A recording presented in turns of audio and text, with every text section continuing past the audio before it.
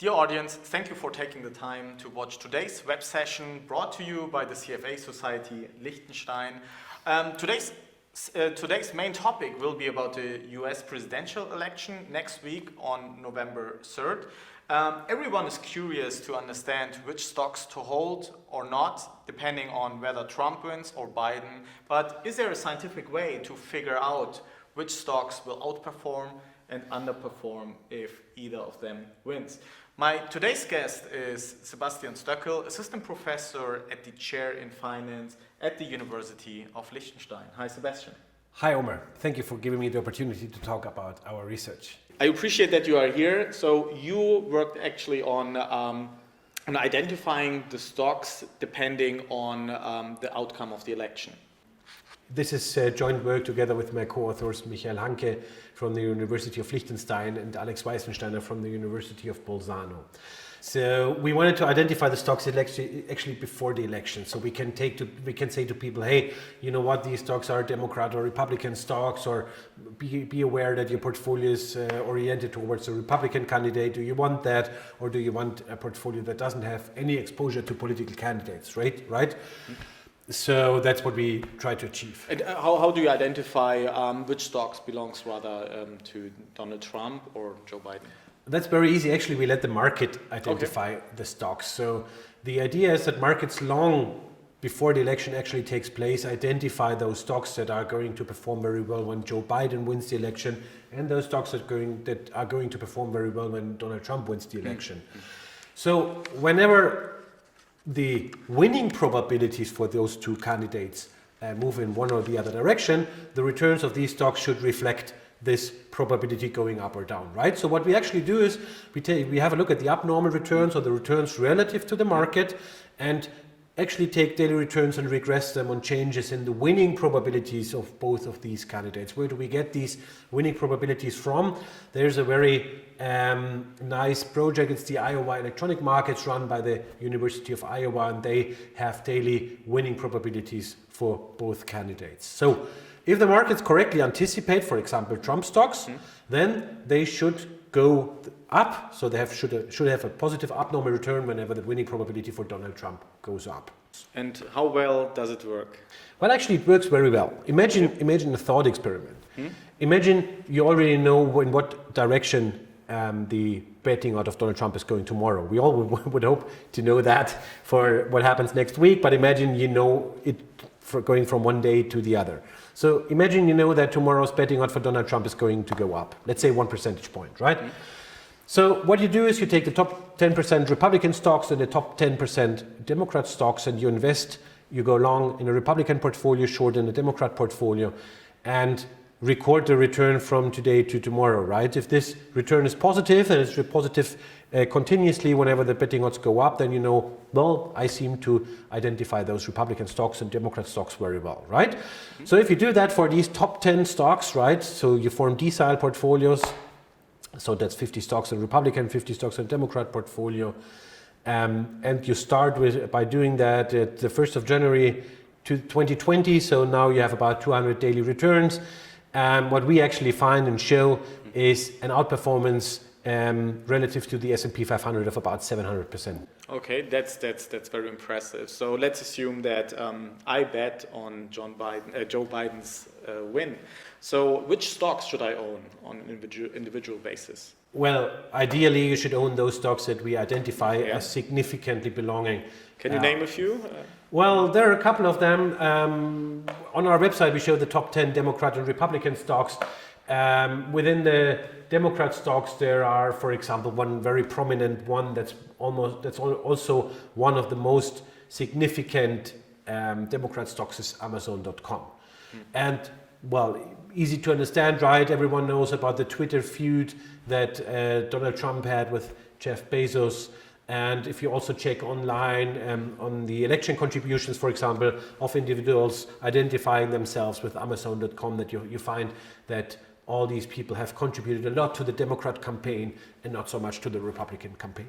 And so Amazon for the Democrats, and what about the Republican Party?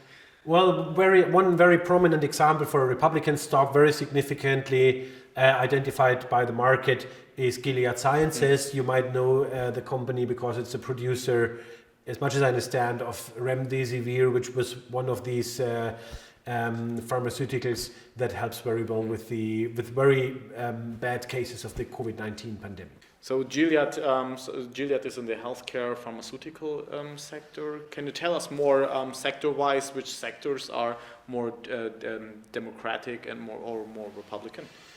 Well, actually, and we're very glad about that. We find that our research supports what many people think about different sectors of the US industry, right? For example, we have checked for banks, and we find that almost all the banks in the US are Republican, identified by the markets as being Republican stocks, but not very significantly.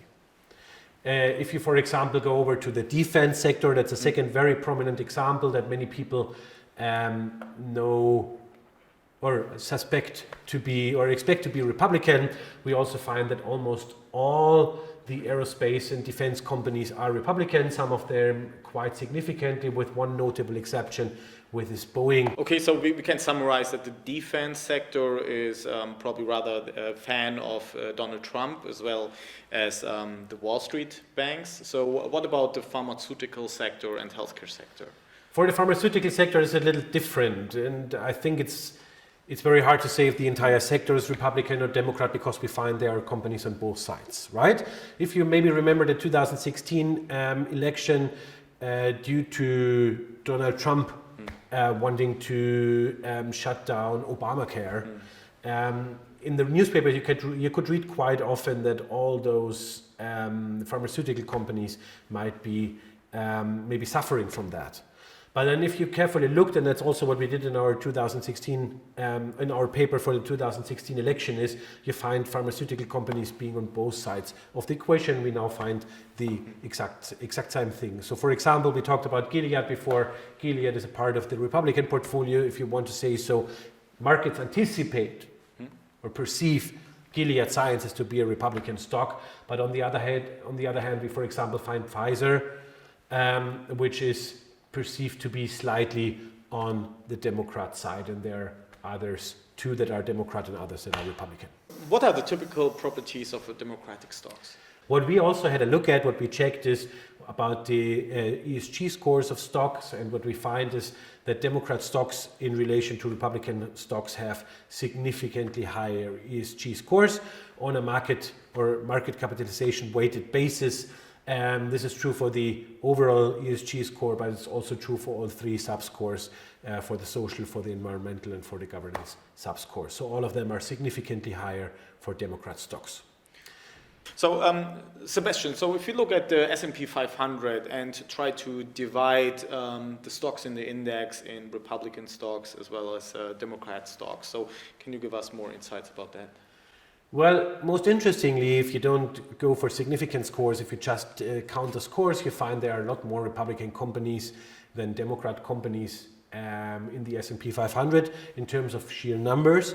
If you also take into account market capitalization, then you find that more larger companies seem to be Democrat and smaller companies seem to be Republican companies. If you only go down to the significant relationships, then we have think about 30 Republican companies that have significant scores or significant relationships, and we have about 12 companies that have significant relationships with the Democrats, but about 3 times the market capitalization of the Democrat stocks in relation to the significant Republican stocks.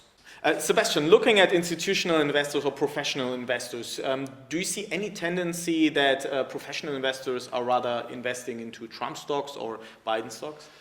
Well, we haven't analyzed the exact portfolio holdings, but we have downloaded the returns of about 1,000 US equity funds. Most interestingly, we found that about 20% of the US equity funds have a significant relationship with the Democrats, or to rephrase it in the terms of our research, are perceived by the markets to be Democrat funds. So 20% of them are Democrats, but only 4 out of these 1,000 funds are perceived to be significant Republican funds. That means that institutional investors are rather betting on Biden to win?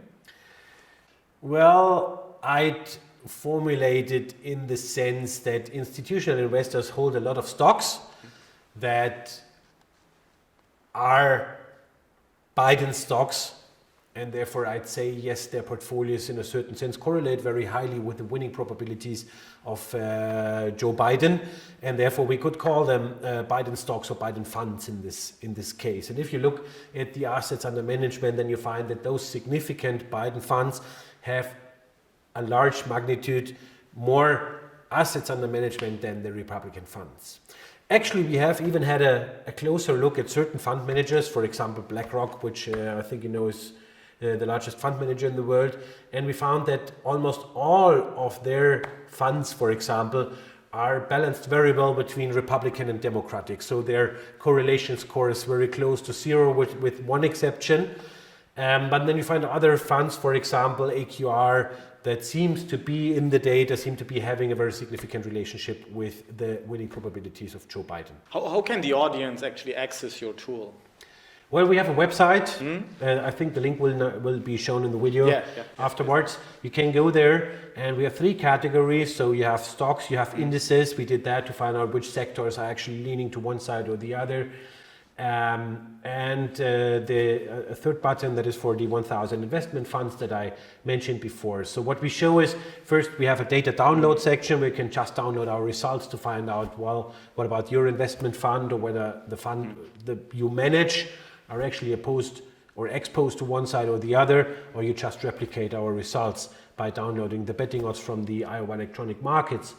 What we also show on our website are those back tests I mentioned before. So remember the 700%? You can find those portfolio results for different median, tercile, quintile, and decile portfolios for funds and stocks, equally weighted, value weighted. On our website, you will find that the method always works. It always works very well. So we are very confident that we identify Democrat and Republican stocks. Thank you, Sebastian, for your time. Can you summarize the key findings one more time, please? Okay, so what we did is we found a very easy to use system that can be applied by everyone else in the market who want to find out whether their portfolio or their investment is perceived by the markets to be Republican or Democrat. The method is easy. We did the experiment for all the S&P 500 stocks, for a lot of investment funds, for some sector indices. And we found there are some very Democratic and some very Republican stocks. We did a back testing, which works very well. It proves to us that our system works. We did the same thing in our paper for the 2016 election, US presidential election, for the 2016 Brexit referendum. So we really believe in our model right now. So for all the viewers, if you want to bet on one of the candidates winning the presidential election, you know how to form your portfolio. If you don't want any exposure with regard to the election, be sure that your portfolio has a theta, that's a coefficient of relation to the betting probabilities of 0. So our method very well allows to identify such stocks and should give everyone the opportunity to either bet on one of the outcomes or set your portfolio to a point where it has no exposure to one or the other candidate. Thank you, Sebastian, for being here. Really appreciate your time. And dear audience, thank you for watching, and see you the next time.